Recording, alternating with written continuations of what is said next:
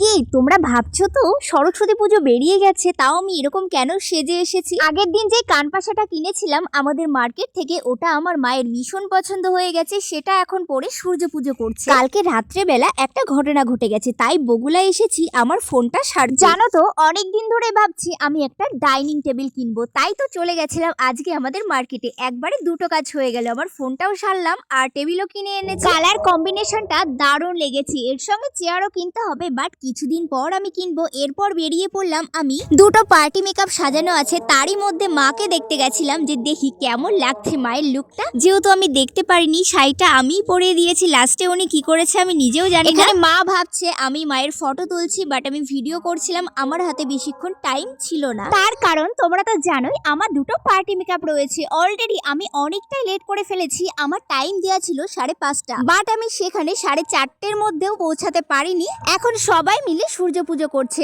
আমার আর টাইম নেই, দেখার ভীষণ ইচ্ছে ছিল। বাড়ির কাছে পুজো হচ্ছে, আমি কখনো দেখতে পারিনি। তো টাটা, দেখা হচ্ছে তোমাদের সঙ্গে একবারে পার্টি মেকআপের ভিডিও নিয়ে। So tata, thank you for watching.